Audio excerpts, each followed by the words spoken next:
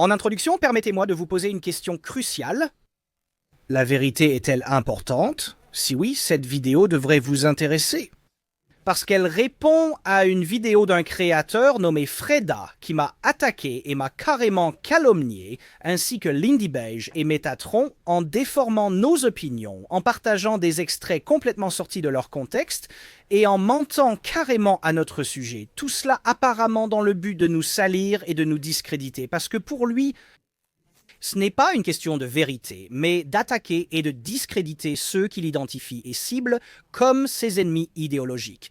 Par exemple, il présente le début de sa vidéo en disant que nous ne sommes pas fiables, mais pendant la majeure partie de sa vidéo, il attaque nos personnalités et non notre contenu historique. Et lorsqu'il essaie de critiquer le contenu historique de Métatron ou de Lindy Beige en disant que nous nous appuyons davantage sur la rationalisation et la logique plutôt que sur les preuves et les sources, il sélectionne certains des exemples les plus malhonnêtes et sortis de leur contexte, dont certains se contredisent littéralement dans sa propre vidéo.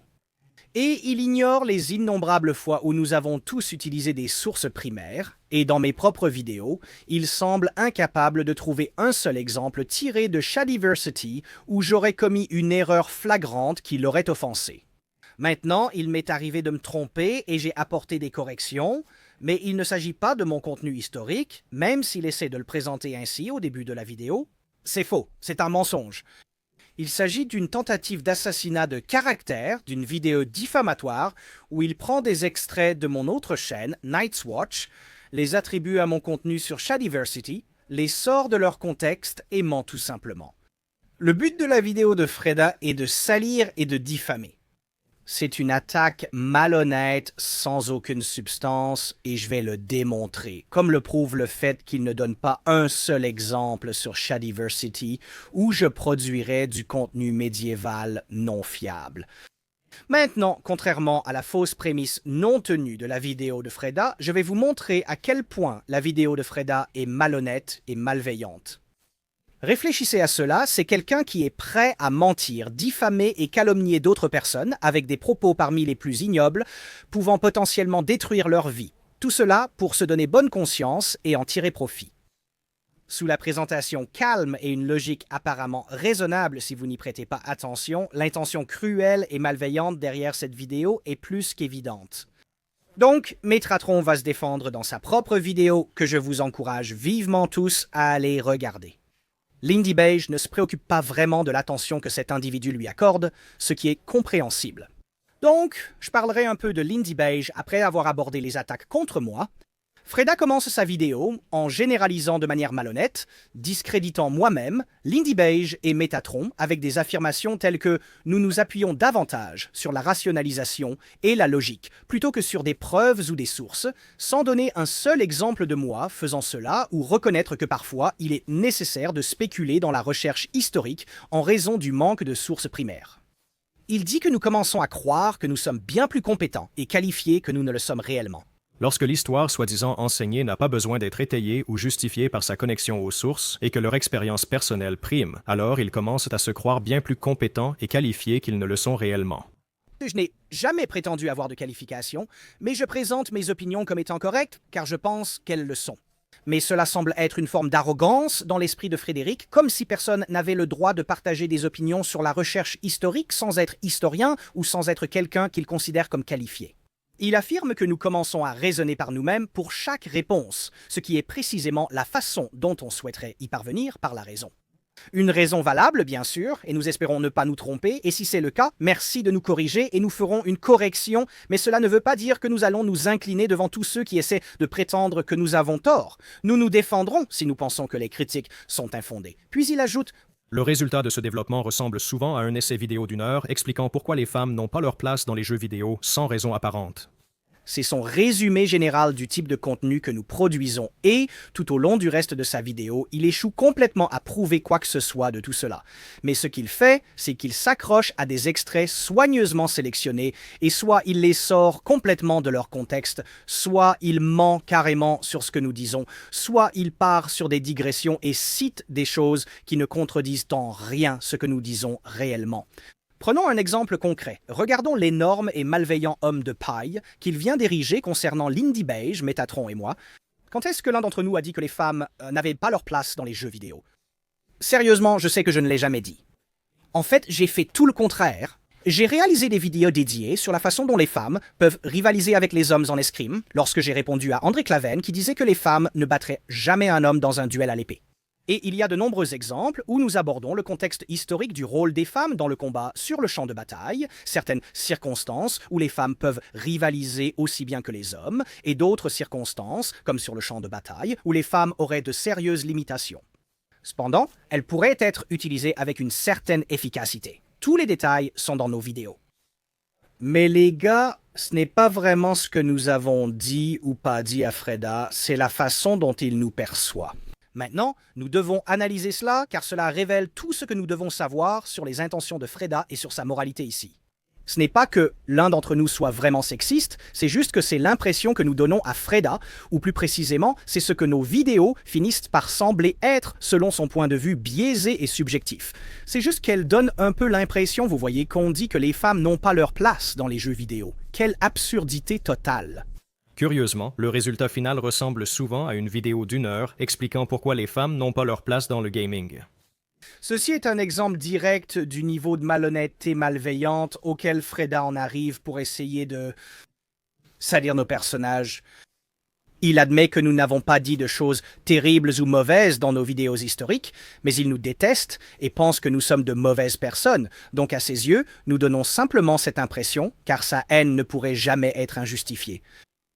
Il veut vraiment que nous soyons des nazis sexistes et homophobes, alors il cherche n'importe quoi, et je dis bien n'importe quoi, même si c'est tiré par les cheveux, pour essayer de le justifier, et c'est tout le résumé de sa vidéo.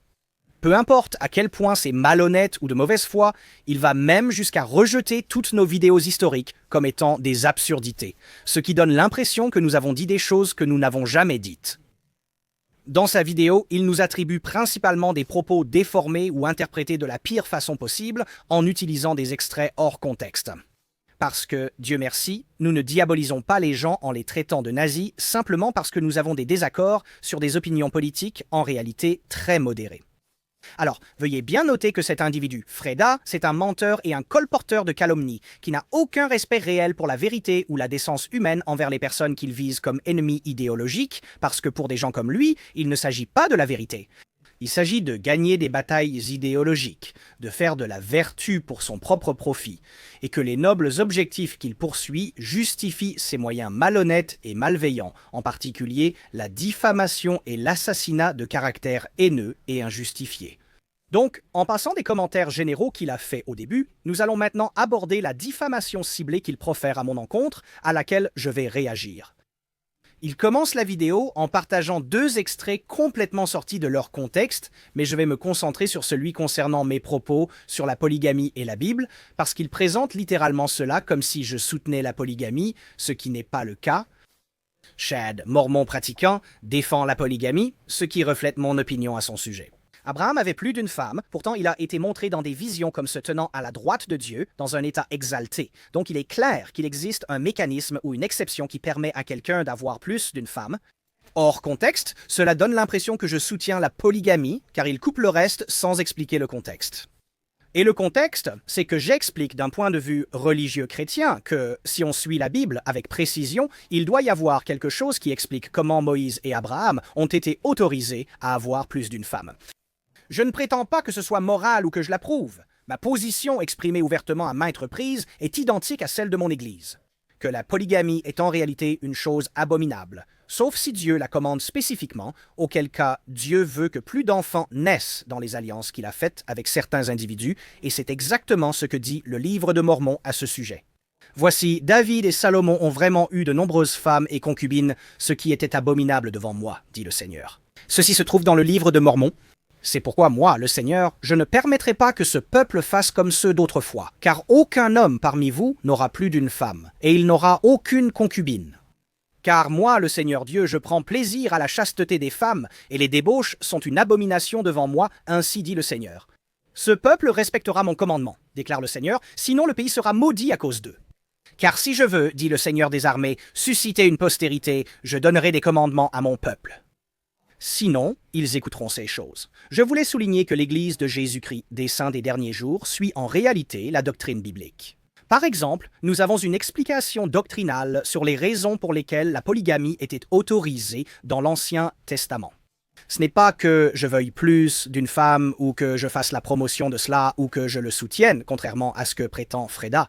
Et s'il va critiquer différents types de systèmes matrimoniaux, je me demande ce qu'il pense par exemple du mariage ouvert ou d'une femme ayant plus d'un mari. J'ai l'impression qu'il serait probablement plus, vous savez, tolérant et en accord avec ces choses-là. Mais parce que c'est un moyen potentiel de m'attaquer et de me discréditer, il va présenter que je suis polygame et que je soutiens la polygamie, les gars.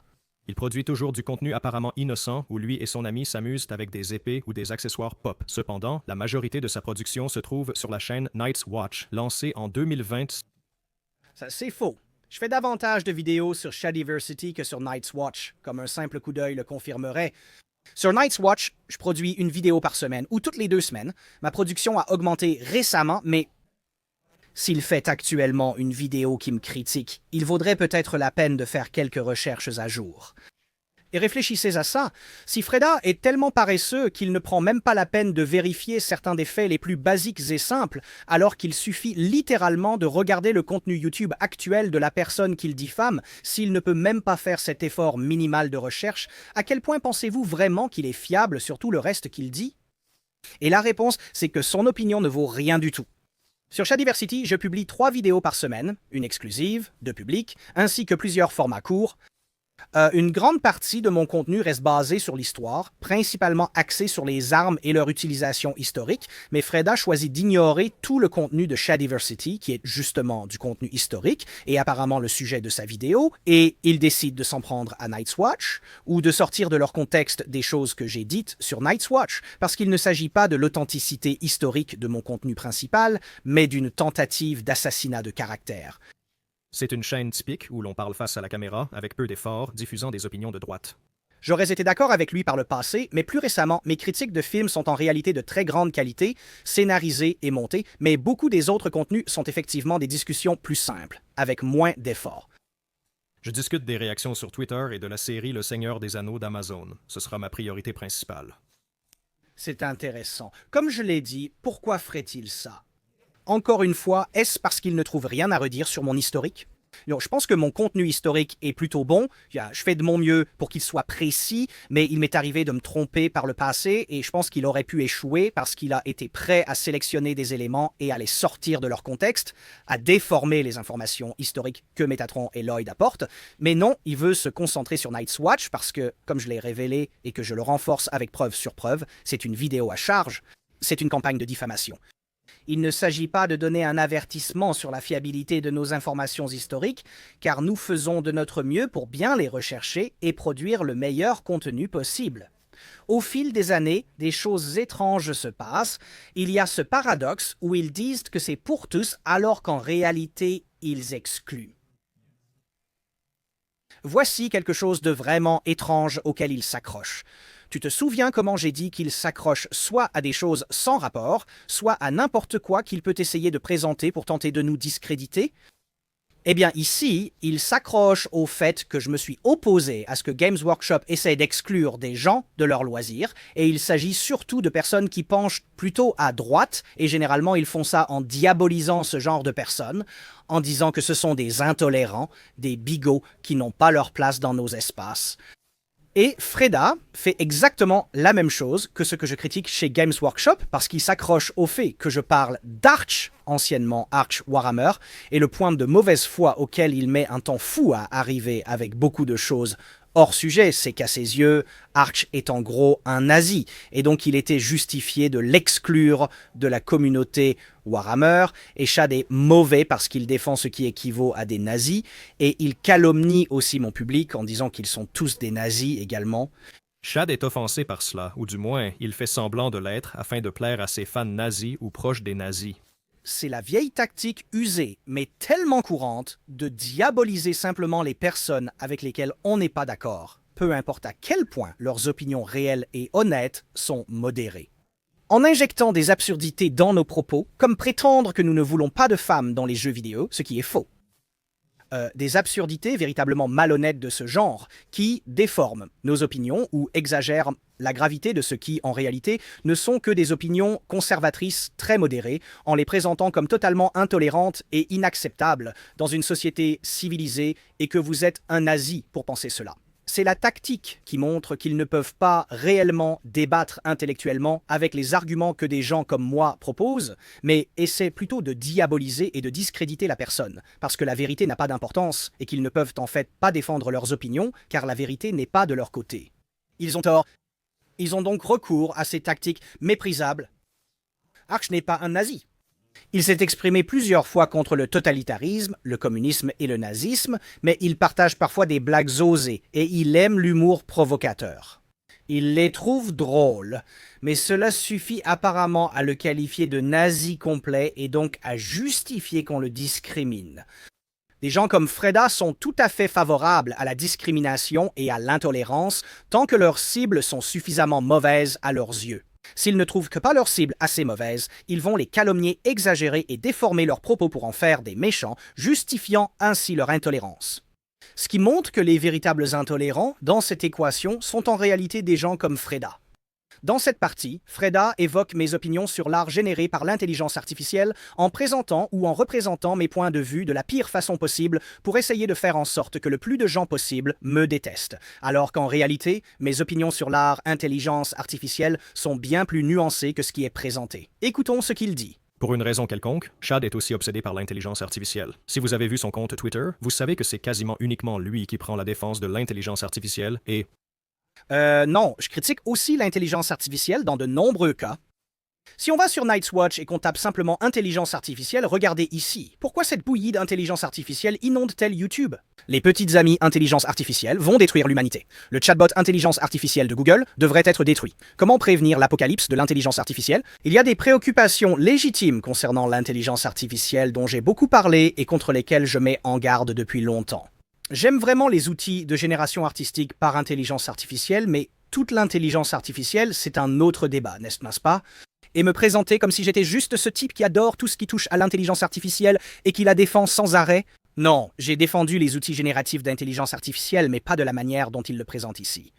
Je trouve que l'art généré par l'intelligence artificielle ressemble à de la merde de chien, mais à part ça, je n'ai pas vraiment de parti pris dans cette histoire. C'est intéressant de noter cette absence de parti pris. Alors, quel est le rapport? Aucun avec le propos général de cette vidéo. C'est complètement déconnecté du degré d'exactitude du contenu historique médiéval.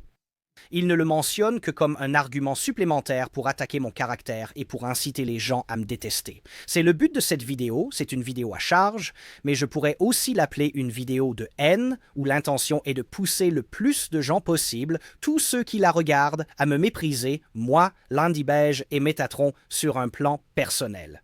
Il est très prétentieux à ce sujet, réprimandant les artistes et affirmant que l'art généré par l'intelligence artificielle est supérieur. C'est aussi faux. Maintenant, dans ce tweet en particulier, oui, je fais du trolling, mais je souligne aussi que si on regarde simplement le style artistique, pas l'animation, je pense que l'animation Ghibli est vraiment incroyable et j'adore Ghibli. Mais si on le prend comme style artistique sur une image fixe, personnage par personnage, c'est en fait assez simple à mon avis. Je pense qu'il y a plus d'expression, disons, dans l'un des styles traditionnels de Disney ou dans les styles Disney de la Renaissance, et vous êtes parfaitement libre de ne pas être d'accord avec moi là-dessus, mais essayer de présenter cela comme une opinion malveillante qui ferait de moi une mauvaise personne, c'est exagéré. C'est juste ridicule et trop émotionnel à ce sujet. Je parle simplement d'un style artistique ici. Mais voici ce que j'ai réellement dit à propos de l'art intelligence artificielle par rapport à l'art traditionnel. Et ce tweet date de 2023, donc il a 2 ans. Beaucoup de gens prétendent que j'essaye de dire que je suis aussi bon artiste que les meilleurs professionnels, parce que j'utilise l'art intelligence artificielle, ce qui est complètement faux. Je n'ai jamais dit ça et j'admire de nombreux grands artistes avec qui j'ai travaillé. Micas Miller est un excellent exemple. C'est l'artiste de mon roman graphique L'ombre du conquérant. Il y a tellement d'œuvres d'artistes que j'aime et que je soutiens, et quand je parle de soutien, cela va de la couverture de livres au roman graphique, ainsi qu'à de nombreux autres éléments pour lesquels j'ai payé aux artistes des centaines de milliers de dollars afin de les soutenir dans leur carrière. En ce qui concerne l'intelligence artificielle, j'en parle comme d'un moyen d'aider les artistes à réaliser que cela pourrait être quelque chose qui leur serait bénéfique, qu'ils n'ont pas vraiment besoin d'en avoir peur, mais s'ils la rejettent complètement, c'est là qu'ils pourraient avoir des problèmes. Pour revenir au tweet, j'ai en fait dit à de nombreuses reprises que je pense que la grande œuvre d'art dessinée à la main sera toujours supérieure à la meilleure œuvre d'art générée par l'intelligence artificielle en raison de la compétence et du temps supplémentaire nécessaires pour la réaliser. Mais je valorise une grande œuvre d'art générée par l'intelligence artificielle bien plus qu'une mauvaise œuvre faite à la main. Je n'ai jamais prétendu que mon art généré par l'intelligence artificielle était meilleur que le meilleur art dessiné à la main. Mais les gens disent moi que c'est principalement ce que j'essaye de dire, parce que je serais désespéré d'obtenir leur validation et d'être vu comme un artiste, ce qui est complètement faux. Si je cherchais vraiment la validation, pensez-vous que je défendrais mes opinions ainsi, au point d'être autant moqué et haï? La validation est bien la dernière chose que j'obtiens de tout ça. Mais est-ce que vous me voyez arrêter? Je continue car j'aime l'art intelligence artificielle et je souhaite qu'il soit plus accepté. J'ai dit que je suis un artiste qui aime créer de l'art, et c'est ce que j'ai fait. Ceci est une œuvre dessinée à la main que j'ai réalisée, puis j'ai utilisé l'intelligence artificielle pour la colorier. Et beaucoup de gens ne savent pas vraiment ça à mon sujet. Je sais en fait dessiner à un certain niveau. Je suis loin d'être le meilleur, mais je peux mettre sur papier ce que j'imagine. Donc quand on me dit de prendre un crayon, je le fais littéralement. Mais il est plus simple de déformer mes paroles pour me diaboliser, comme le fait Freda. Je ne sais pas quoi en penser, mais je trouvais important de le mentionner. Il n'a aucun intérêt dans cette histoire et ne sait pas quoi en dire. Il en parle seulement pour essayer de me faire détester par les autres. Beaucoup de gens ont des avis tranchés sur l'usage de cette technologie pour ce qu'on appelle de l'art, et il semble que ce soit assez controversé. C'est en gros lui qui l'admet. Beaucoup de gens ont des opinions très tranchées. Donc, il y a de fortes chances que beaucoup de gens détestent Chad pour ses opinions sur l'art généré par l'intelligence artificielle. Donc j'en parle pour que vous le détestiez encore plus, même si ça n'a absolument rien à voir avec le sujet et le propos de cette vidéo, qui porte sur l'exactitude de mon contenu historique. Comme de nombreux YouTubers passionnés de fantasy qui gagnent en popularité et en ego, Chad est devenu auteur. Écrire et publier un livre, est-ce lié à l'ego ou simplement à l'envie de créer? Une fois de plus, tout est présenté de la manière la plus malhonnête et malveillante possible. Ceci s'appelle Chronique d'Everfall et son premier livre s'appelle L'ombre du conquérant. En effet, mon roman figure sur la liste des best-sellers avec Le puits de l'ascension de Bernice Anderson, Les feux du ciel de Robert Jordan et Le sorceleur. Il est intéressant qu'il mentionne mon livre, car c'est un point sans rapport avec le sujet de sa vidéo, l'exactitude du contenu médiéval que je produis. Cependant, il ne sélectionne que les pires critiques pour tenter de présenter mon livre comme étant mauvais, tout en admettant qu'il ne l'a pas lu lui-même et en évitant la note réelle ainsi que le consensus général autour de mon roman. C'est très malhonnête de sa part. Sans l'avoir lu, il cherche à me discréditer et m'attaquer. Tu vois à quel point c'est intentionnellement malveillant. Je vais maintenant écouter certaines des critiques qu'il lit dans cette vidéo, car certaines des choses dites sur le livre sont totalement erronées. Mais bien sûr, mon livre n'est pas pour tout le monde. Pourtant, pour la plupart des gens, il est noté entre 4,4 et 4,6 sur 5 étoiles, un solide 9 sur 10, et ça, c'est sur plus de 6000 évaluations, d'accord? Le livre s'est vendu à près de 40 à 50 000 exemplaires, d'accord? Et 6000 évaluations de personnes partageant leurs avis sur mon livre, c'est énorme. D'ailleurs, c'est uniquement aux États-Unis. Il y a des milliers et des milliers d'autres évaluations dans d'autres pays, toutes aussi positives. Si on regarde la page Amazon, on verra juste ici dans le coin 4,5 sur 5 étoiles, 71% ayant donné 5 étoiles, puis 20% ayant donné 4 étoiles, donc plus de 90% ont donné 4 étoiles ou plus. C'est un livre incroyablement bien accueilli et très bien noté. Mais Freda veut le présenter comme une fantaisie de pacotille, un livre nul que personne n'aime, en sélectionnant uniquement les critiques négatives qui détestent le livre et lui donnent une très mauvaise note, puis en prétendant que c'est une représentation juste du livre de Chad. Donc je vais écouter une des critiques négatives et l'équilibrer avec une critique bien plus représentative de mon livre. Et malheureusement, il y aura aussi quelques spoilers. L'histoire se déroule dans un monde d'îles flottantes, après la défaite du grand méchant de la fantasy par les gentils. Le personnage principal est ce méchant déchu pour une raison apparemment jamais révélée. Il finit par ressentir du remords pour ses actions. Encore une fois, ce type ne sait rien de mon roman. Il est révélé qu'il y a en fait des flashbacks à chaque chapitre qui montrent toute sa chute en disgrâce, et le livre explique en détail pourquoi il éprouve autant de remords pour son passé terrible. Au lieu de lire le premier roman de fantasy d'un YouTuber, je vais plutôt vous lire quelques critiques sélectionnées. Des critiques soigneusement sélectionnées. Mais avant de commencer, je dois vous donner un avertissement concernant le contenu. Apparemment, le livre contient de nombreuses mentions d'agression sexuelle. Pas en abondance, mais il y a des mentions d'agression sexuelle, et je trouve ça tellement intéressant comme contradiction et hypocrisie, parce que vous devriez chercher quelque chose de moderne qui s'appelle la romantasy. Oh mon Dieu, il me faut celui-là. Elle couche avec son oncle et ses 2 enfants. Il y a même des scènes de nodding, comme chez les chiens. C'est dégoûtant. Je sais qui lirait ça. Dans celle-ci, il la prend par derrière tout en la noyant dans des eaux infestées de requins. Pourquoi as-tu l'air si excité à propos de ça? Je ne le suis pas.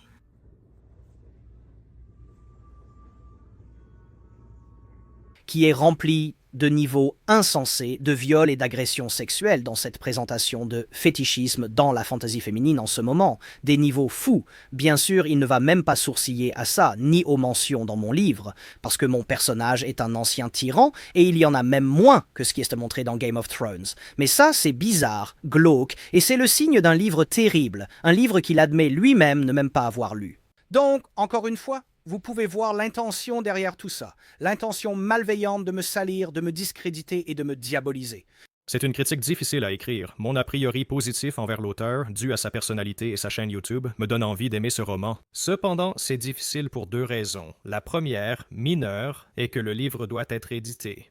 Je pense que cela dépend des goûts personnels, car certains passages sont considérés comme trop explicites par certains. C'était intentionnel de ma part. Le livre a été édité, mais pas autant que s'il était passé par une maison d'édition traditionnelle.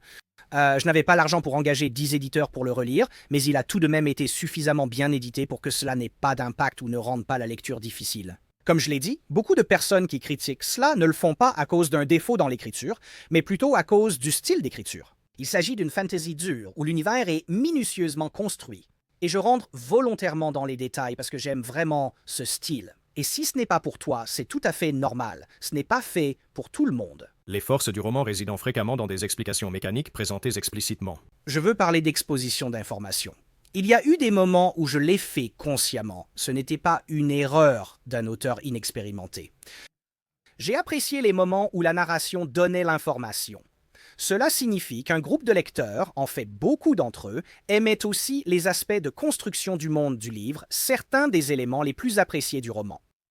La prose présente constamment des apartés logiques. Le ton varie considérablement, alternant entre des monologues déchirants de personnages et des digressions neutres à la ligne suivante. Ça va dépendre de chacun en tant que lecteur, parce qu'encore une fois, pour beaucoup de lecteurs, ce n'est pas un problème. Et je ne pense pas que ça aille aussi loin que ce qu'ils disent ici, mais si c'est un souci, c'est tout à fait compréhensible selon leur interprétation subjective. Ce qui est intéressant, c'est que beaucoup de ce qui est partagé ici dans cette critique relève du goût subjectif. Il ne s'agit pas de défauts objectifs dans l'écriture en soi, et ce n'est pas parfait. Il y a quelques défauts. Parfois, j'ai un peu trop insisté sur l'exposition. Il existe une seconde édition, pas encore disponible, mais mentionnée dans la campagne du roman graphique, où j'aborde et admets moi-même que certains points peuvent être corrigés et améliorés. Le sang était facile à essuyer, étant principalement composé d'eau. Attends, quoi? C'est en fait une citation erronée tirée de mon livre, mais Freda ne le saurait pas parce que c'est un chercheur paresseux et malhonnête, heureux de prendre tout ce qu'il entend pour argent comptant sans le vérifier, tant que cela renforce ce qu'il veut croire, et que cette information, crédible ou non, sert quand même à discréditer ses cibles choisies. C'est aussi ce que je veux dire quand je parle de nombreuses critiques négatives qui déforment mon travail. Voici ce qui est réellement écrit dans mon livre. Que vient-il de se passer? Pensa Dalen en se redressant. Tout son corps était endolori, mais la douleur s'estompait. Il était en train de se soigner lui-même pour une raison inconnue. Dalen essuya la sueur de son front, constatant qu'elle était teintée de rouge, comme mêlée de sang. Dalen s'essuya de nouveau, et grâce au fait que c'était surtout de l'eau, cela partit facilement. C'était quelque chose dans son esprit, quelque chose d'enfoui, un souvenir. Et puis le livre continue, c'est en effet très, très différent de le sang était facile à essuyer parce qu'il est principalement composé d'eau, ce qui est effectivement une phrase étrange, mais ce qui est écrit dans le livre, c'est que son sang était mélangé à sa sueur, rendant le liquide sur son visage principalement composé d'eau, et donc plus facile à essuyer. Ce critique et Freda en le renforçant et en le présentant simplement comme exact déforme mon travail.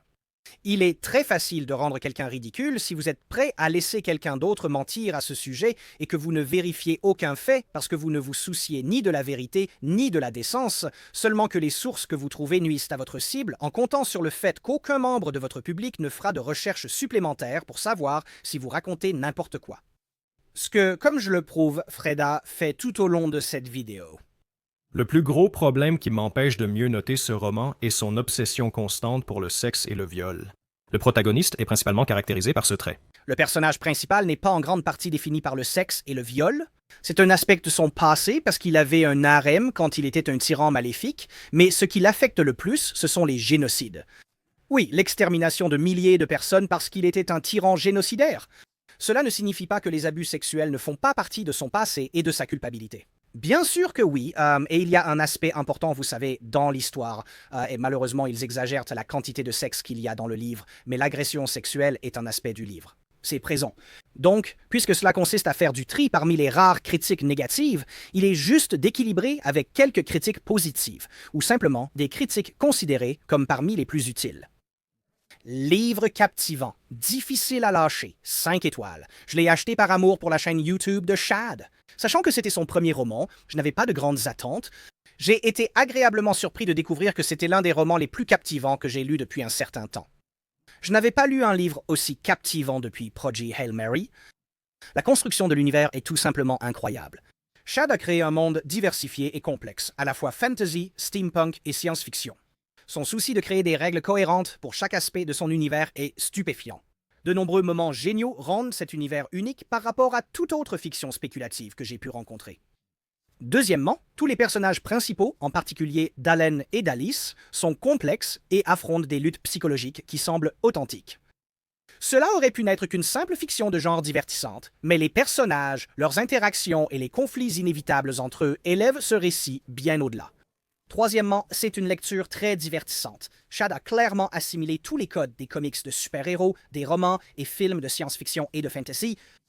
Il a ensuite pris ces éléments et les a fusionnés pour créer un véritable mythe original, à la fois familier et nouveau. Finalement, ce qui m'a surpris, ce sont les éléments thématiques très exigeants. Il a posé une question morale extrêmement difficile qui n'admet aucune réponse facile. Nous luttons, tout comme les autres personnages, pour savoir exactement quelle devrait être la bonne réponse. La résolution du dilemme moral central de l'histoire peut ne pas plaire à tous, mais personnellement, je pense qu'elle était justifiée. Cela témoigne d'une sophistication philosophique, voire théologique, rarement vue dans les romans de nos jours. Merci Anthony Dunn.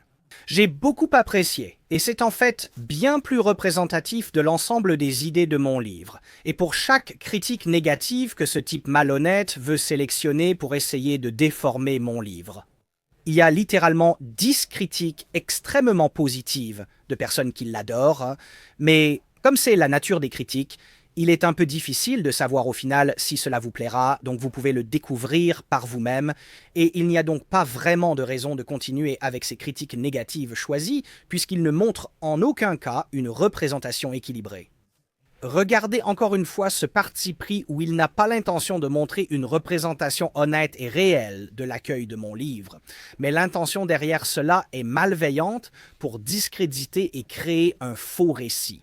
Il lui aurait été très facile de simplement montrer la note réelle du livre en faisant une simple recherche sur Google. Il est impossible de manquer les évaluations. Ici même, il a une note de 4,5 sur 5 sur Amazon, 3,6 sur 5 sur Goodreads et 4,7 sur 5 sur Audible, avec une évaluation globalement positive. 86% des gens ont aimé ce livre, mais il ne veut pas le montrer, n'est-ce pas, parce qu'il essaie de présenter un faux récit. C'est un menteur. La chaîne de ce gars, c'est presque que des vidéos d'opinion fatiguées ou énervées. Tu vois ce qu'il vient de faire là? De quelle chaîne tu parles, Freda? Parce que le contexte de la vidéo, le titre, c'est Shadiversity. Pourtant, il parle clairement de Night's Watch. Et le contenu principal sur Night's Watch, ce sont des critiques de films. Certaines marchent vraiment bien. Et le type de contenu sur Shadiversity, c'est le même type de contenu que je fais depuis des années. Il y a à peine 2 mois, une vidéo a presque atteint 1 million de vues, ce qui montre qu'il y a toujours un public énorme qui est très intéressé par ce contenu s'il leur est simplement proposé. Parce que quand YouTube recommande vraiment mon contenu, il obtient autant de vues qu'avant. Le problème actuel de la chaîne est que les impressions de recommandation sont au plus bas. YouTube ne recommande pas le contenu. résultant en une baisse des vues. C'est quelque chose avec lequel tout le monde dans notre domaine sur YouTube, en particulier pour le contenu long format sur les épées, a eu du mal ces derniers mois. Encore une fois, il ne veut pas présenter une représentation honnête et véridique de ce qui se passe, il veut me diaboliser et c'est ainsi qu'il résume mon contenu. Vous savez, il est content que les gens supposent qu'il parle de Shadiversity parce qu'il n'est pas précis ici. Cette prochaine partie qu'il dit dans sa vidéo est hilarante et complètement folle, parce que si vous pensiez que non, il était clair qu'il parlait de Night's Watch et non de Shadiversity. Et le fait qu'il fasse référence à Night's Watch concernant le contenu historique n'est pas censé réellement concerner Shadiversity. Écoutez-le maintenant. Malheureusement, il n'y a pas beaucoup d'histoires à critiquer non plus. Et Night's-Dam, il n'y a pas beaucoup d'histoires à critiquer ici, peut-être comme sur Night's Watch, mais la plupart de mon contenu est sur Shadiversity et je fais constamment des vidéos à base historique, des vidéos sur les épées, tout le temps.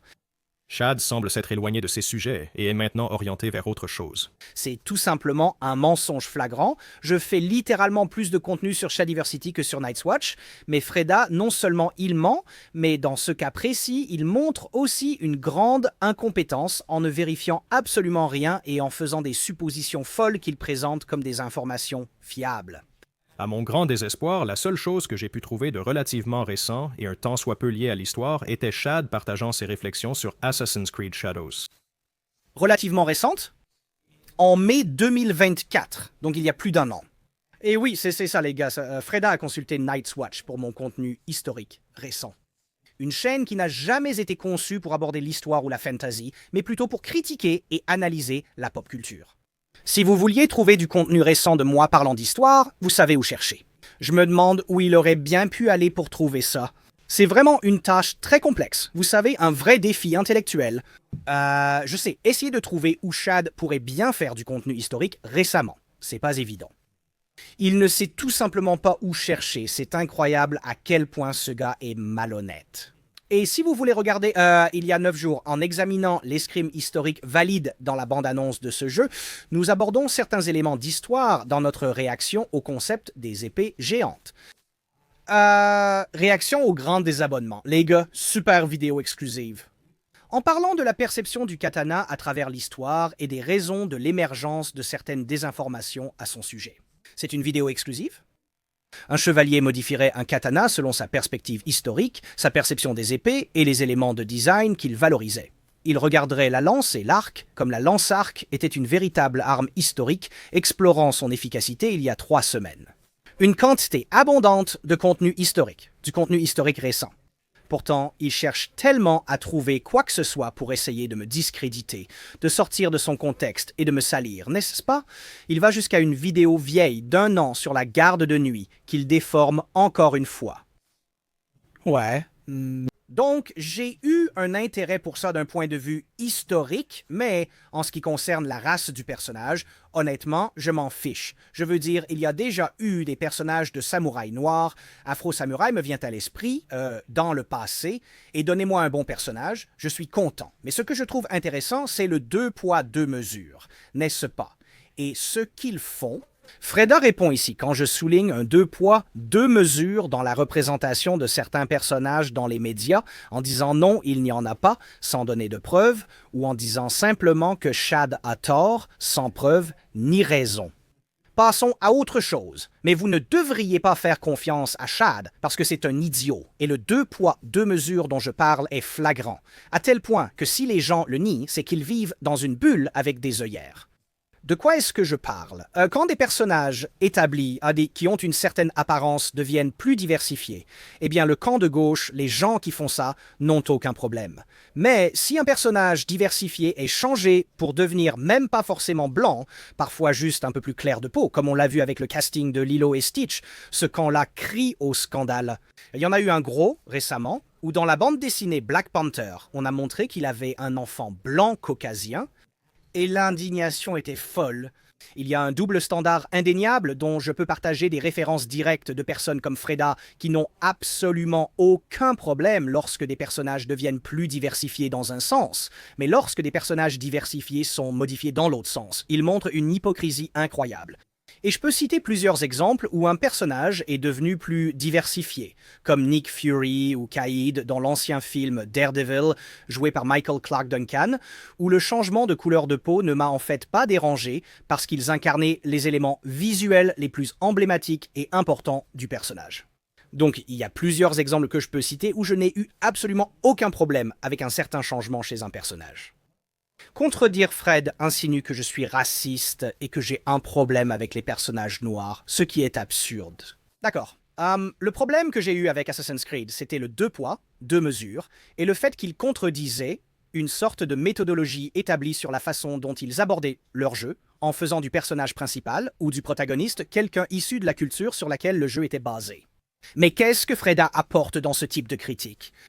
Selon leurs propres critères, cela paraît donc quelque peu hypocrite. Ces trucs sont vraiment stupides. Il n'y a pas de double standard. C'est le niveau de rigueur intellectuelle et de réponse de Freda à cela. Non, tu as tort, et tu es stupide. Et ensuite, il ignore la quantité abondante de preuves du double standard que je montre en ce moment. Ensuite, il s'éloigne du vrai sujet de ma vidéo en disant que les gens aiment l'histoire d'un gars qui vient d'un pays et accomplit des exploits incroyables dans un autre. Comme je l'ai dit, White, il y a beaucoup de films et d'œuvres où j'aime vraiment ça aussi. Je donne Afro Samurai comme exemple direct juste là. Donc là, il essaye de critiquer un homme de paille, quelque chose que je n'ai même pas dit, et il part sur une digression ici. Et cette digression, c'est sa longue diatribe sur le trope du sauveur blanc. Je n'ai jamais eu de problème avec le trope du sauveur blanc, mais plutôt avec l'hypocrisie qui l'entoure. C'est acceptable dans un sens, mais il s'indigne quand c'est l'inverse. Et tout ce qu'il dit à propos du trope du sauveur blanc est littéralement hors sujet par rapport à ce que je dis. Il fait ça tellement souvent dans cette vidéo, surtout avec Landy Beige, s'accrochant à des choses tangentielles et sans rapport, puis il pontifie dessus pendant des heures pour essayer de se donner l'air tellement intelligent et brillant alors que c'est littéralement inutile et que ça ne veut rien dire.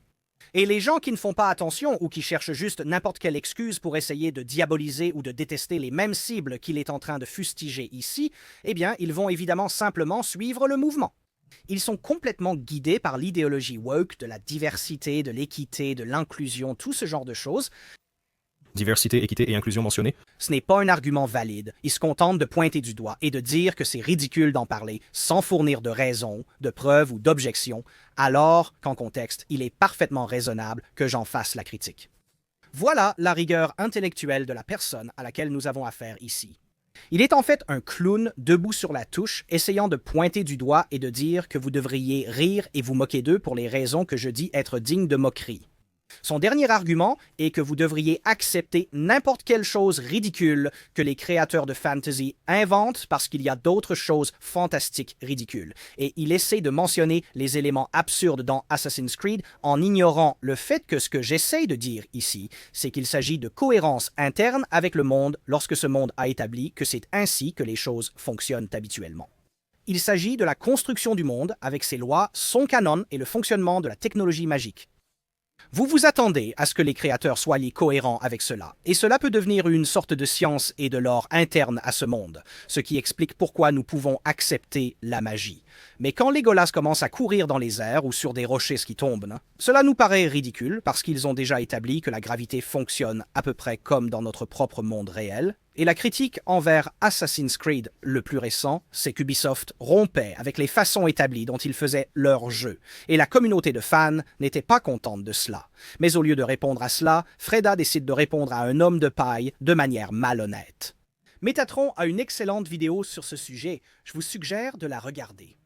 Nous avons bouclé la boucle, mais hélas, je n'ai pas pu lire autant que souhaité pour celle-ci. Je peux affirmer que tu n'as fait presque aucune recherche sérieuse, car la majorité de tes propos étaient soit décontextualisés, soit totalement erronés. Tu aurais pu aisément consulter les notes de mon livre ou vérifier si j'avais récemment publié du contenu historique sur Shadiversity. Ton manque de rigueur semble délibéré, car il est flagrant que cette vidéo est une attaque malhonnête. Ou beaucoup d'histoires, tout simplement. Il s'avère que ces gars que je suivais pour l'histoire n'en font plus vraiment aujourd'hui. J'ai regardé ça, ils ne font plus vraiment d'histoire maintenant, alors qu'en réalité, on en fait toujours. Je fais toujours plein de contenu historique, Métatron aussi, et il a même beaucoup augmenté la quantité de ses vidéos. L'une de ses vidéos les plus récentes traite d'un sujet historique très dense. Malheureusement, YouTube a tendance à enterrer ce genre de vidéos, surtout les vidéos longues, ces derniers temps. Voilà donc le passage qui me concerne, et c'est vraiment n'importe quoi, que des absurdités du début à la fin. Si la vérité compte pour quelqu'un, Freda s'est complètement discrédité en montrant qu'il n'est pas du tout fiable. Mais ce n'est pas tout, c'est aussi un acteur malveillant, un menteur ignoble, prêt à essayer de détruire la vie des autres, juste pour gagner quelques points sur Internet et faire du signalement de vertu. Rien de ce qu'il dit ne devrait jamais être considéré comme crédible ou honnête, car il a montré jusqu'où il est prêt à aller. Totalement peu fiable et absolument indigne de confiance. J'ai rencontré Lindy Beige et passé plusieurs jours avec lui. C'est vraiment une personne formidable. Très amical, excellent dans la discussion. Nous avons eu de superbes conversations jusque tard dans la nuit sur tellement de sujets différents. Si jamais vous voulez rencontrer quelqu'un avec qui vous pouvez parler de vraiment n'importe quoi et qui est prêt à échanger honnêtement avec vous, Lloyd de Lindy Beige est exactement ce genre de personne. Et ce que Freda fait pour essayer de diaboliser Lloyd est vraiment méprisable, aussi méprisable que ce qu'il m'a fait à moi, à Métatron, et à ressortir de vieilles histoires dont il ne peut même pas confirmer si Lloyd a réellement ses opinions, puis à se focaliser dessus sans le contexte approprié. Alors que Lloyd est le genre de personne prête à parler de presque n'importe quoi, c'est ce genre de personne intellectuelle. Et il y a un exemple dans sa vidéo qui simplement est choquant dans ce que Freda est prêt à inventer pour diaboliser ce bon vieux Lloyd ici. Parmi ma sélection ici, il est probablement le plus normal du groupe. Beaucoup de choses qu'il dit et croit sont assez similaires à ce que dirait ce vieux gars un peu raciste. Donc, dès le début, il essaye d'insinuer que Lloyd est clairement un peu raciste, les gars. On est donc déjà face à une approche de très mauvaise foi pour essayer de présenter Lloyd comme quelqu'un de peu fiable. Freda se focalise de façon obsessionnelle sur ce commentaire que Lloyd fait à propos de la soudure sur ce réservoir. La grossièreté de ce réservoir est vraiment drôle. Je veux dire, la grossièreté de la fonderie ici, c'est tellement bosselé et irrégulier. La qualité du métal n'est pas la meilleure et certaines soudures sont franchement hilarantes tellement elles sont mauvaises. Freda se focalise maintenant sur ce commentaire à propos des soudures qui seraient hilarantes de médiocrité et il passe plusieurs minutes à partager différentes citations et autres pour finalement dire exactement ce que Lloyd dit dans ses prochaines phrases. Après avoir partagé les citations, Freda insère cette opinion, cette interprétation.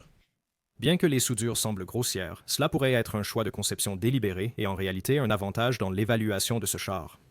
C'est présenté d'une manière qui laisse entendre que Lloyd n'a pas abordé ce point important ni fait preuve de la moindre indulgence pour expliquer à quel point ces soudures pourraient être mauvaises. Mais ensuite, dans sa propre vidéo, il montre Lloyd en train de dire ceci. Ils se sont dit, eh bien, un char va peut-être durer, 3 mois en action. Alors pourquoi le fabriquer avec autant de soin pour qu'il dure 70 ans? Il va exploser dans 3 mois, alors faites-le assez solide pour durer ce temps et il aura rempli sa mission. C'est Lloyd qui dit effectivement exactement ce que Freda sous-entend qu'il a omis, à savoir que cela aurait très bien pu être une décision de conception délibérée. Pourtant, il semble tellement inconscient qu'il ne remarque même pas qu'il inclut un extrait de Lloyd disant pratiquement la même chose. Freda a dit que ses soudures étaient assez bonnes et pouvaient être un avantage, et Lloyd a littéralement dit que rendre le char juste assez bon, sans être parfait, une arme temporaire consommable pas censée durer longtemps, cela ressemble à un avantage potentiel selon un certain point de vue. Donc Lloyd aborde même les points que Freda prétend qu'il omet, et il l'a montré dans sa propre vidéo, et beaucoup de ses critiques sont hyper spécifiques, sorties de leur contexte, des digressions absurdes qui ne représentent en rien l'ensemble du contenu de Lloyd, parfois sans même répondre au contenu de ce qu'il dit. Ou que Lloyd parle littéralement de la chose même que Freda prétend qu'il manque. C'est profondément malhonnête et de mauvaise foi, et on a vraiment l'impression que Freda est désespéré d'essayer de se donner l'air intelligent en entrant dans les détails, en partageant toutes ses citations, en se présentant comme un chercheur profond et rigoureux, alors que la plupart du temps, ce sont des digressions absurdes qui ne s'appliquent même pas à la critique soulevée. Freda a vraiment montré tout au long de cette vidéo qu'il est un imposteur intellectuel. Il cherche désespérément à gagner en crédibilité et en validation en attaquant d'autres personnes, comme Lloyd, qui fait un bien meilleur travail que lui.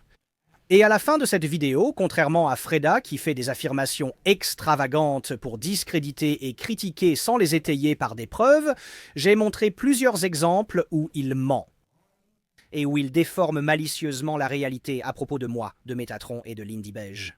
C'est simplement une mauvaise personne qui essaie de tirer profit de l'assassinat injustifié de la réputation de personnes qui l'admiraient autrefois. De sorte qu'on a aussi l'impression qu'il ressent une sorte de trahison en découvrant que certains d'entre nous sont un peu plus à droite, plus conservateurs qu'ils n'osent penser que ce soit juste ou approprié. Ces types sont des reliques de leur époque qui comptaient sur le fait que leur public en savait moins qu'eux sur l'histoire. Quand nous avons réellement commencé à apprendre, nous les avons très vite dépassés. C'est intéressant que Freda dise ici que Métatron, Lindy Beige et moi-même comptons soi-disant sur le fait que notre public en sache moins que nous, alors que c'est littéralement ce qu'il a fait tout au long de cette vidéo. Parce que si quelqu'un vérifiait ses affirmations, voyait beaucoup de ces extraits dans leur contexte, ou se renseignait sur ce que nous pensons réellement, il verrait à quel point Freda est un menteur monumental. Mais il compte sur le fait qu'ils ne le feront pas. Ils comptent sur leur ignorance, ce qui prouve aussi qu'il est hypocrite, coupable exactement de ce dont il nous accuse. Et il ne mérite ni votre temps, ni celui de qui que ce soit. Cette vidéo est embarrassante de nullité.